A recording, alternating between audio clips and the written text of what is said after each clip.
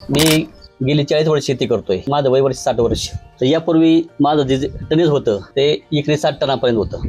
पण ज्यावेळेस मी तुमची खतं वापरली म्हणजे त्याची ॲग्रोची, त्यावेळेस माझं उत्पन्न आहे ना 100 प्लस गेलं. लागवडीपासून 30व्या दिवशी काय वापरायचे, 60व्या दिवशी काय, 70व्या दिवशी काय, 80 दिवशी काय, 100 दिवशी काय, हे सगळं आपण प्रिंटिंग मध्ये लिहून दिलेले. दुसरी एक पीडीएफ त्यासोबत आपली असती. याचा होणारा खर्च किती आहे? म्हणजे त्या कोमाऱ्याची ग्रोथ ही एकदम मस्तच होती. म्हणजे असे पाण्यासारखाच ऊस होता. एवढ्या परिसरात काकांचाच प्लॉट एक नंबर दिसत होता. मला ह्या कंपनीविषयी कम्प्लीट 100% खात्री पटलेली आहे. आणि आता मी इथून पुढे माझ्या शेतीला हे खत म्हणजे तुमचं वापरणार शेड्यूल हे 100% मी आता वापरणार आहे. तेव्हापासून प्राची ॲग्रोचा आम्ही वापरतोय. तेव्हापासून तर रिझल्ट वगैरे चांगला आहे आणि आता आम्ही स्वतः अनुभवलाय. तर आता मी विनंती करतो की बाकीच्या शेतकऱ्यांनी पण तो अनुभवावा. तर नमस्कार शेतकरी मित्रांनो, आता आपण आलो आहोत की वरवंडमध्ये जे दौंड तालुक्यातील एक गाव आहे.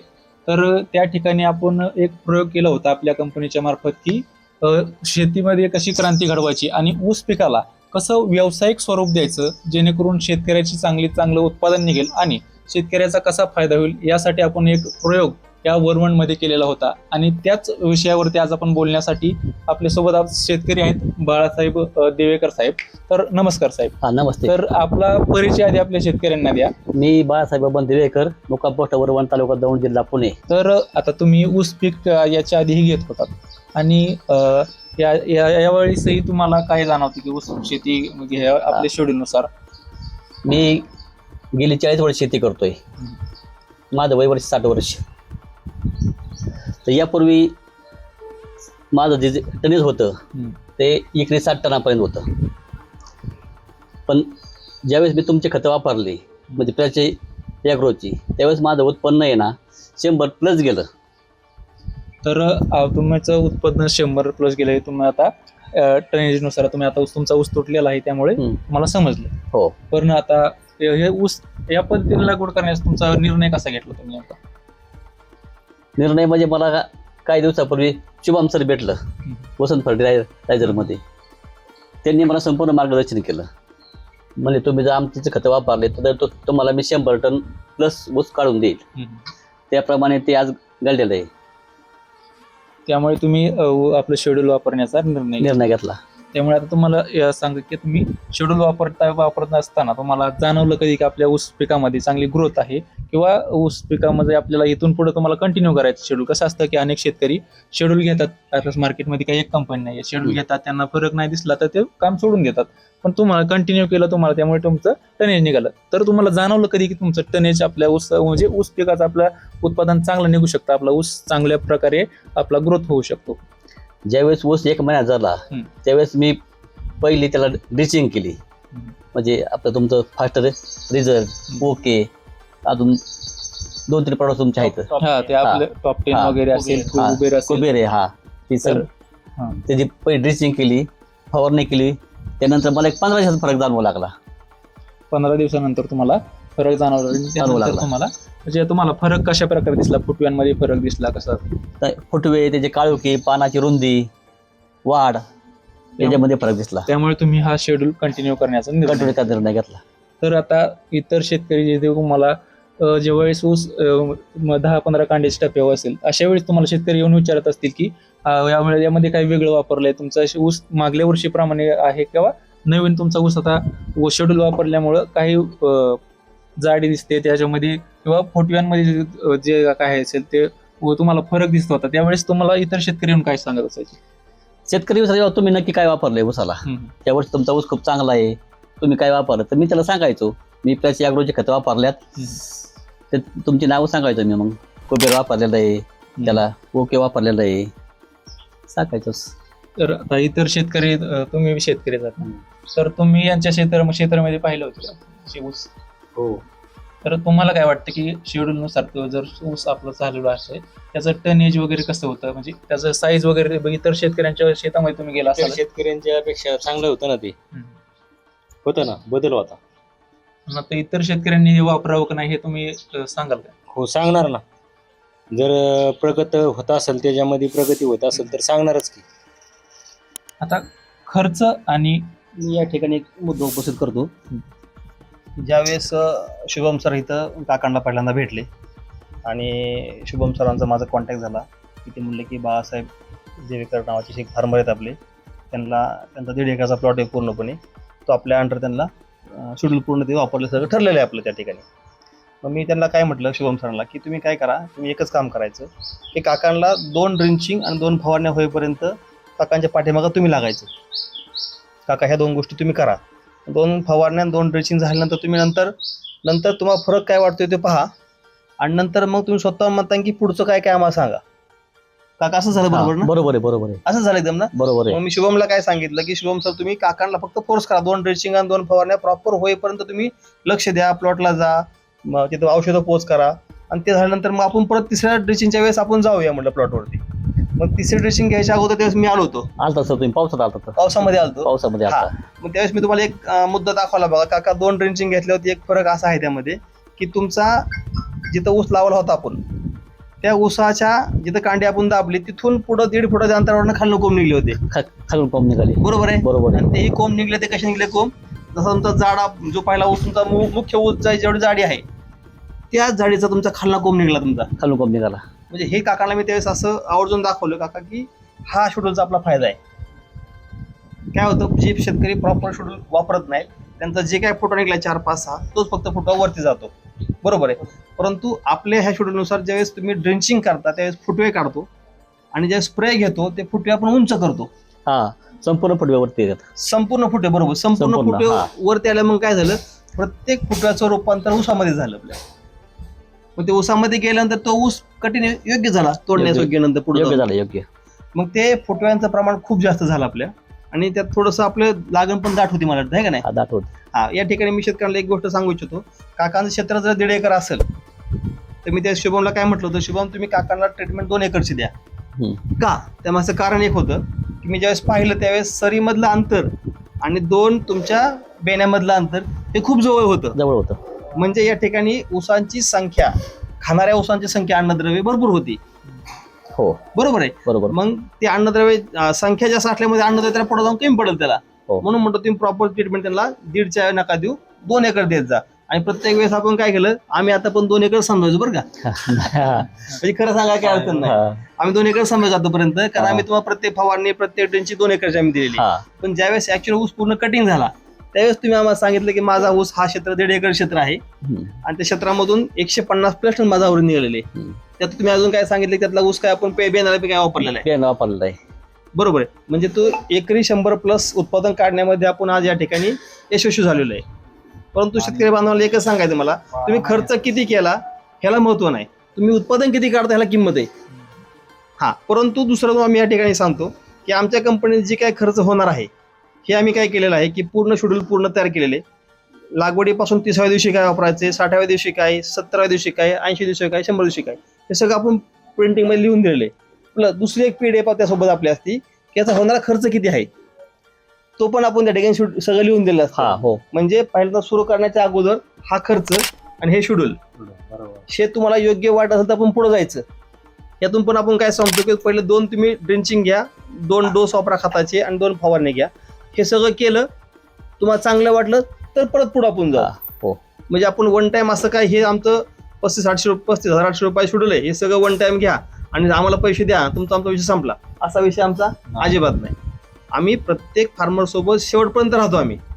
आपण 2 महिन्यापूर्वी इथं काय क्रम घेतला, हो, इथं आपण जवळपास 200 फार्मरला साईडच्या बोलून घेतले आपल्या जवळपास घेतलं होतं आणि त्यांना दाखवलं की हा आमचा शेड्यूल आहे, की काकांनी पूर्ण फॉलो केलेलं आहे. याचा हा परिणाम तुम्ही साईडचे ऊस बघा, तुमचे ऊस बघा आणि हा ऊस बघा, याची कांडीची जाडी बघा, कांडीची रुंदी बघा, पानाची साईज बघा, फुटव्यांची संख्या बघा.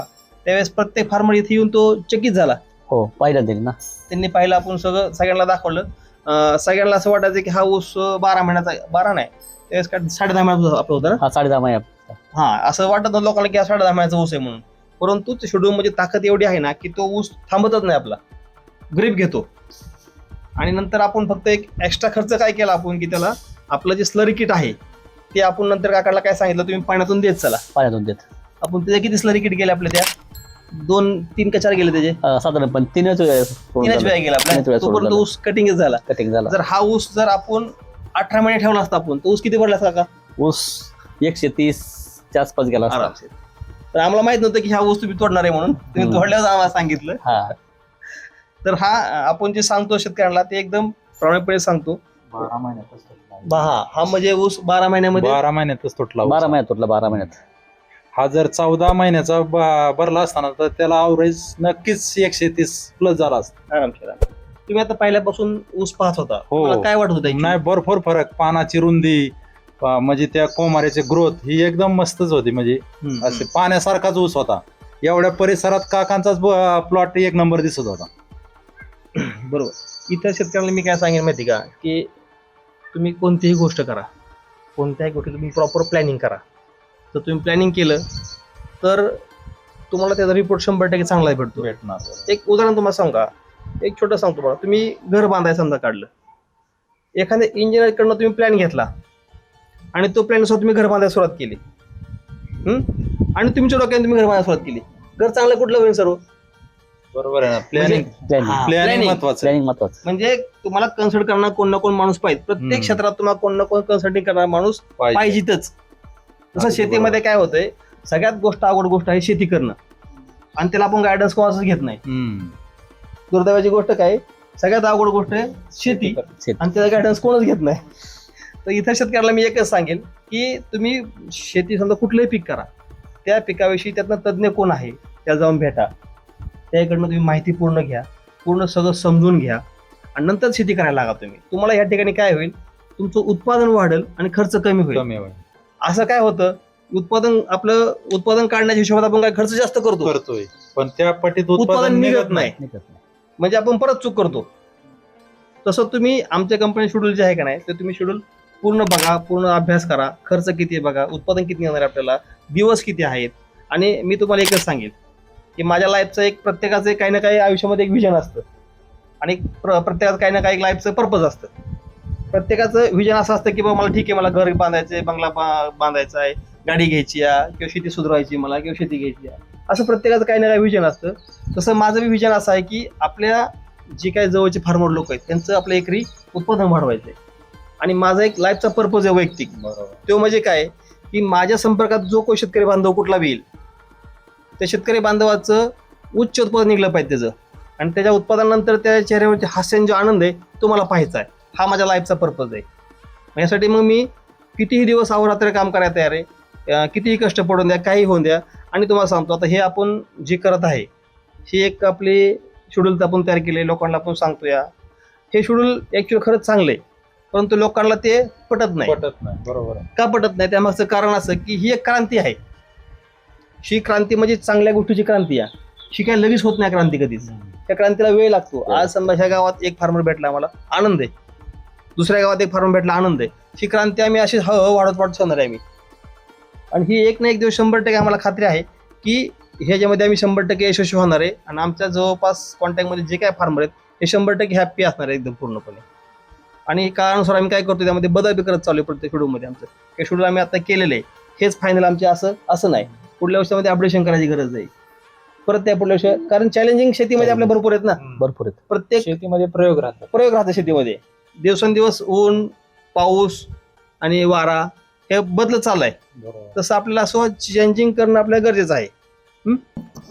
शेतकऱ्यांनी म्हणजे व्यावसायिक दृष्ट्या आपल्याला शेतीकडे पाहणं गरजेचं आहे. कारण की आता कसं आहे, ऊस लावतात म्हणून लावतात शेतकरी, पण त्या ऊस पिकाकडे जर आपण व्यावसायिक पद्धतीने जर पाहिलं तर आपल्याला चांगलं टनेज आपल्याला काढता येईल. तर काकांचं क्षेत्र किती होतं काका?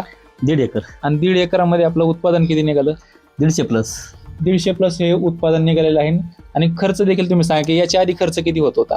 म्हणजे खर्चाचं कसं असतं, अनेक शेतकरी शेड्यूल म्हणलं की त्यांना वाटतं की खर्चाचा बोज आहे, पण खर्चाचा बोज नसून ते व्यवस्थितपणे केलेलं हे नियोजन आहे.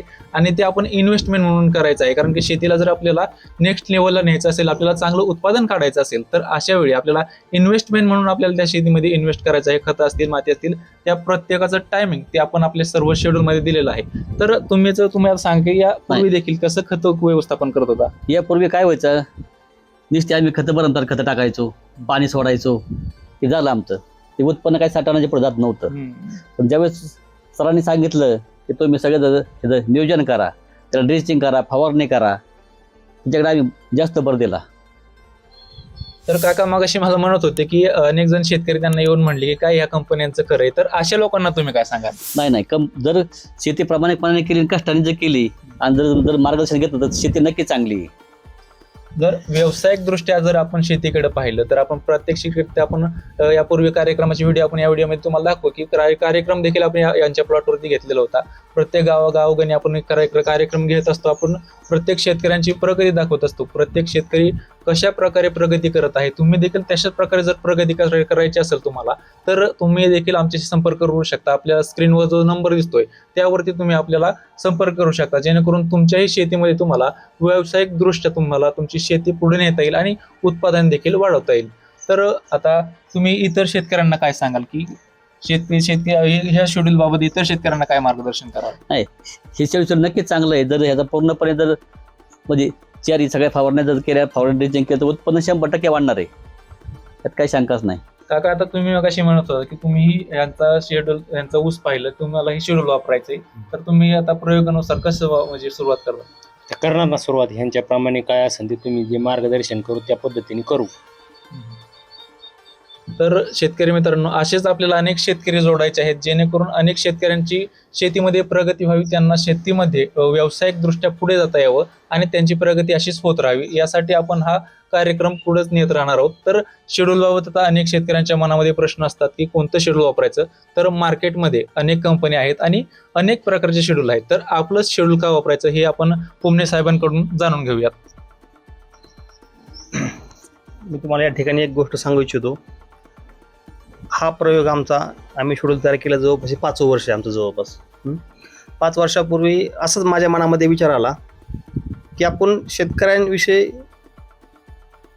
काय करू शकतो, आपण चांगलं काय करू शकतो, किंवा शेतीमध्ये आपण कुठल्या पिकाविषयी आपण बदल करू शकतो. आणि आपल्या भागामध्ये मुख्य पीक कुठलं आहे? पुणे जिल्ह्यामध्ये मुख्य पीक पाहिलं तर ऊस आहे. 90% ऊस उत्पादक शेतकरी आहे.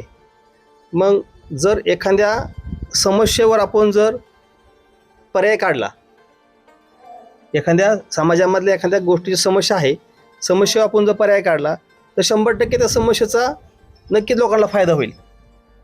आणि या ठिकाणी पुणे जिल्ह्यामध्ये सरासरी उत्पादन जर पाहिलं आपण तर 30-40 टन एकरी, सरासरी 30-40 टन. जो शेतकरी समजा चांगला आहे तो 50 आहे, 60 आहे.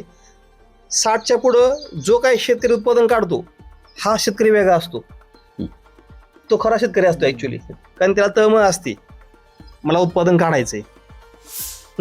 पण 60च्या आतला शेतकरी जो आहे का नाही, तो फक्त त्याच्या पाठीमागं त्या मनात एक विचार असतो की फक्त ऊस लावायचा म्हणून लावायचा आहे, मला का लावायचा आहे, तर शेजाऱ्याने लावलाय म्हणून मला लावायचा आहे, रानपडीक नाही पडलं पाहिजे म्हणून मला लावायचा आहे.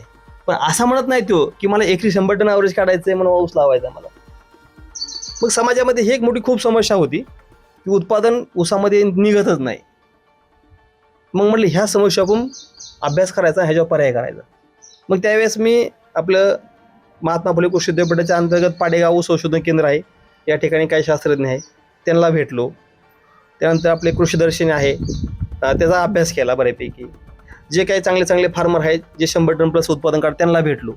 म्हणजे हा असं उठलं शेड्यूल तयार केलं आणि दिलं असं नाही, याच्या पाठीमागं खूप खूप मोठं कष्ट आहे. उद्या कुठल्याही एखाद्या फार्मरने विचारलं तुम्ही NPK रेशोयात किती टाकलेलं आहे भावांनो, N किती, P किती आहे, K किती, हा तुम्ही यात किती टाकलेला, टक्केवारी तुमची काय येते, किंवा एखाद्या शास्त्रज्ञाने हा शेड्यूल आपलं घेतलं, ते उद्या नाही म्हटलं बाकी शेड्यूल तुम्ही चुकीचं केलेले. कारण समाजामध्ये काही फार्मर असे आहेत की ते काय पाहत पण नाही, आणि काही फार्मर असे आहेत की ते बरंच काय पाहतात, अभ्यास बी करतात, चांगले का वाईट आहे ते बी आपल्याला सांगतात. म्हणून परंतु मग हा शेड्यूल आपलं कुणाच्या हातात जाऊन द्या, कुठेही जाऊन द्या, याच्यात कोणी उणीव काढली नाही पाहिजे किंवा चूक काढली नाही पाहिजे. अशा हिशोबाने अभ्यास करून ते शेड्यूल तयार केलं. आणि नंतर एक एक फार्मर शोधले, ज्या फार्मर असे शोधले फार्मर की ज्यांना खरंच वाटतं की बा आता मला उत्पादन काढायचंय. मग असे फार्मर शोधून काकांसारखे आम्हाला ह्या गावात फार्मर भेटले. मग असे फार्मर शोधून त्यांच्यासोबत आम्ही काम सुरू करतो आमचं. आम्ही रावणगाव असेल, मध असेल, खडकी असेल, देवळगाव राजे असेल, भरपूर भागामध्ये पाटसमध्ये असेल, ते वरणमध्ये भरपूर गावामध्ये आम्ही तर काम चालू केलेलं आहे आणि त्याचा रिझल्ट आम्हाला चांगला येत चाललेला आहे. मग हे शेड्यूल तयार करत असताना काय झाला विषय की हे शेड्यूल तयार केल्यानंतर काही गोष्टी आमच्याकडनं पण राहून गेल्या आणि काही गोष्टी त्यामध्ये आल्या गेल्या. तर दुसऱ्या सेकंड इयरला आम्ही त्यामध्ये परत चेंज केलं, परत तिसऱ्या वर्षी आम्ही परत त्यात चेंज केलं. असं चेंज करत करत आता ते शेड्यूल एकदम परफेक्ट झालेलं आहे आणि नेमकं ते शेड्यूल काकांच्या हाती लागलं नेमकं काकांच्या हाती लागलं. आणि काकाने त्याचा फायदा करून घेतला. तर शेड्यूल म्हणजे आपलंच का वापरायचं ह्या मागचं तुम्हाला मी कारण सांगतो की हे शेड्यूल तयार केलं ना, हे पूर्ण अभ्यासपूर्वक तयार केलंय. शास्त्रीय दृष्ट्या मला तुम्ही ह्याच्यामध्ये कुठलाही प्रश्न विचारा, मी तुम्हाला उत्तर 100% एकदम तुम्हाला समाधानकारक तुम्हाला उत्तर देईन मी. तुम्हाला जर पटलं तर तुम्ही शेड्यूल वापरा ते. आणि तुम्हाला सांगतो की यातून तुम्हाला 100% ऍव्हरेज निघणार, मी 100% निघणार. ॲव्हरेज निघणार आहे सर. हा, तर ह्यामध्ये उणिवा काही ठेवलं नाही आपल्या, त्यामुळे 100% ते ऍव्हरेज आपलं निघणार आहे ते. बरं कसं आहे, तुमचं शेड्यूल वापरल्यामुळे काय होतं, या बाकीचा खर्च कमी होतोय सर. खर्च कमी होते. हा, खर्च कमी होतो. याच्यामध्ये अजून एक महत्व सांगतो की माझ्या मनामध्ये उद्देश असा होता की ठीक आहे, जास्त खत टाकल्या जास्त उत्पन्न 100% निघेल, पण कमी खर्चामध्ये उत्पादन कसं निघलं पाहिजे, हा एक मनात आमचा मोठा प्रश्न होता. मग त्या प्रश्नाचं बी आम्ही सोल्युशन करत गेलो. आपल्याला समजा एन किती द्यायचा आहे, तर एन आपल्याला तो युरियामधून भेटतोय, 10-26 मधून भेटतोय, आपल्या 19 मधून भेटतोय, आपल्या 12 एक्सेल मधून भेटतोय आपल्याला. मग तसा आम्ही एन तो पूर्णपणे फायनल केला. पी पण तसा फायनल केला, के पण तसा फायनल केला आम्ही. असं करून जेवढं ऊस पिकायला लागतंय का नाही तेवढं आम्ही त्यामध्ये सगळं दिलेलं आहे. आणि त्याचं टायमिंगला गेलं तर 100% त्याचा रिपोर्ट चांगला येतोय, म्हणजे येतोयच. सर तुम्हाला आता काय वाटतं, तुम्ही आता एकंदर सगळ्या गोष्टी पाहिल्या, तर तुम्हाला वैयक्तिक काय वाटतं की बाबांनो, मला ह्या कंपनीविषयी कंप्लीट 100% खात्री पटलेली आहे. आणि आता मी इथून पुढे माझ्या शेतीला हे खत म्हणजे तुमचं वापरणार, शेड्यूल हे 100% मी आता वापरणार आहे. कारण मी काकांचा ऊस पाहिला, जवळून पाहिला, 2-3 व्हिजिट दिल्या. आणि शिवाय आता 12 महिन्यात तो ऊस तुटलाय काकांचा.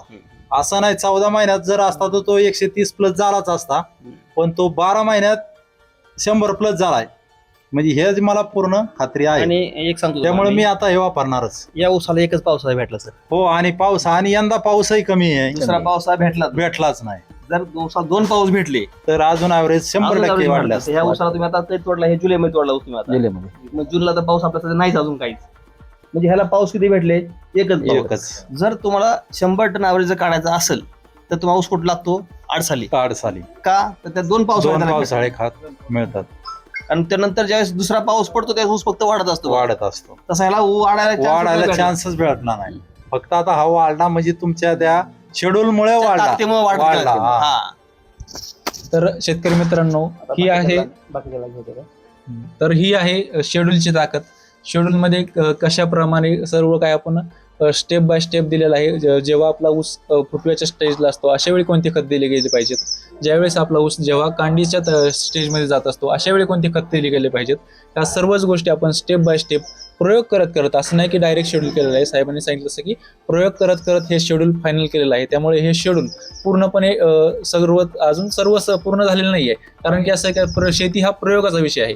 त्यामुळे प्रयोग करत आता हे एकदम स्थिर शेड्यूल झालेलं आहे, जेणेकरून ऊस पिकाला ह्याचं संपूर्ण पोषक घटक जे आहेत ते या शेड्यूलमधून मिळत आहेत. आणि कमी खर्चामध्ये तुम्हाला चांगलं उत्पादन काढायचं असेल तर तुम्ही हे शेड्यूल नक्की वापरा. आणि तुम्हाला जर काहीही प्रश्न वाटत असतील तर तुम्ही आपल्या कमेंट बॉक्समध्ये येऊन नक्की विचारा. आणि तुम्हाला जर आपल्याला संपर्क करायचा असेल तरीही देखील तुम्ही स्क्रीनवर दिसत असलेल्या नंबरवरती आम्हाला संपर्क करू शकता. तर मित्रांनो, हा आता आपला ॲडिशनल पार्ट आहे, कारण की मगाशी आपल्या बसण्याची व्यवस्था एवढीच होती, त्यामुळे आपण एवढाच भाग घेतलेला. आता आपण पुढचा भाग यांच्यासोबत घेऊयात. की आता हे तुमचं नाव काय सर? माझं नाव मनोहर बाळासो दिवेकर. मी आता सध्या जॉबला आहे, बाहेर आहे. तर आम्ही आता ॲग्रोचं जे शेड्यूल घेतलं होतं ते आम्ही किती आठवड्याला घरी येतो, तर प्रत्येक आठवड्याला आम्हाला चेंजेस दिसत होते की बाबा पानाची वाढ, ग्रोथ वगैरे बाकीच्या प्लॉटपेक्षा आमच्या प्लॉटची वाढ वगैरे व्यवस्थित आहे. आणि मार्केटमध्ये जे भरपूर कंपन्या आहेत त्यामध्ये अगोदर पण आम्ही वापरलेल्या, पण एवढा काही रिझल्ट कोणाचाच नव्हता. मग आता जेव्हापासून प्राची ॲग्रोचं आम्ही वापरतोय तेव्हापासूनचा रिझल्ट वगैरे चांगला आहे. आणि आता आम्ही स्वतः अनुभवलाय. तर आता मी विनंती करतो की बाकीच्या शेतकऱ्यांनी पण तो अनुभवावा. जर जेव्हा शेड्यूल सुरुवातीला आपण दिलं होतं त्यावेळेस तुम्हाला काय वाटत होते की उत्पादन निघेल नाही निघेल? सुरुवातीला कारण तुम्ही याच्या आधी देखील वापरलं होतं, तुम्हाला निघलं नाही उत्पादन, त्यामुळे यावेळेस काय मनात भीती वगैरे होती काय? भीती तर होतीच, कारण की भरपूर कंपन्या आहेत मार्केटमध्ये. सुरुवातीला म्हणजे कुठेतरी कोंबारा असायचा ऊसाचा, एवढा काय प्लॉट वगैरे दिसत नव्हता. ज्यानंतर आम्ही पहिलं ड्रिंचिंग वगैरे चालू केलं शेड्यूलनुसार, त्यानंतर महिन्याभराने आम्हाला म्हणजे उगवण्याची क्षमता, पाण्याचं स्वरूप, पानाचं वगैरे सगळं व्यवस्थित वाटायला लागलं.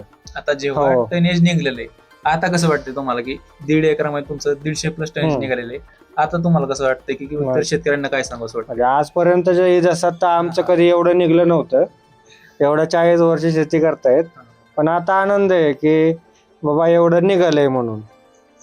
तर आता ह्या संपूर्ण शेड्यूलचं मार्गदर्शन ज्यांनी केलं ते शुभम कर्डिले साहेब आहेत. तुम्ही काय सांगाल की तुम्ही इथपर्यंत पोहोचला कसा, आणि तुम्ही इथं शेवटपर्यंत तुम्ही यांना मार्गदर्शन केलं, 100% तुमचं शेड्यूल आता परफेक्ट बसलेलं आहे. 150 टन तुम्ही म्हणजे 1.5 एकरामध्ये काढून गेलेलं, तर तुम्ही मार्गदर्शन कशा प्रकारे केले यांना? काका पहिल्यांदा लेसेंटा नेला ते माझ्याकडं, पिली गोल्ड नेला ते सॉरी. तर त्यांना पिली गोल्ड ऐवजी मी लेसेंटा घ्यायला हे केलं.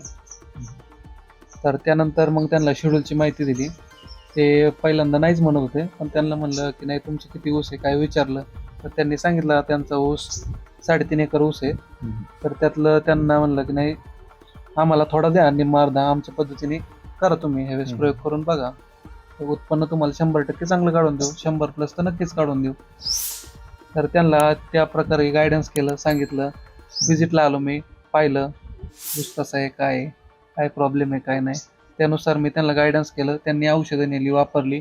त्यांना पहिल्यांदा काही विश्वास बसला नाही, पण त्यांनी आपल्या 2 ते 3 ड्रिंचिंग घेतल्या, ते 2 ते 3 ड्रिंचिंग आणि 3 फवारण्या. त्याच्यानंतर त्यांना विश्वास बसला, रिझल्ट आवडला, त्यानंतर त्यांनी पुढे कंटिन्यू केलं आणि आज त्यांचं उत्पन्न चांगलं निघलं.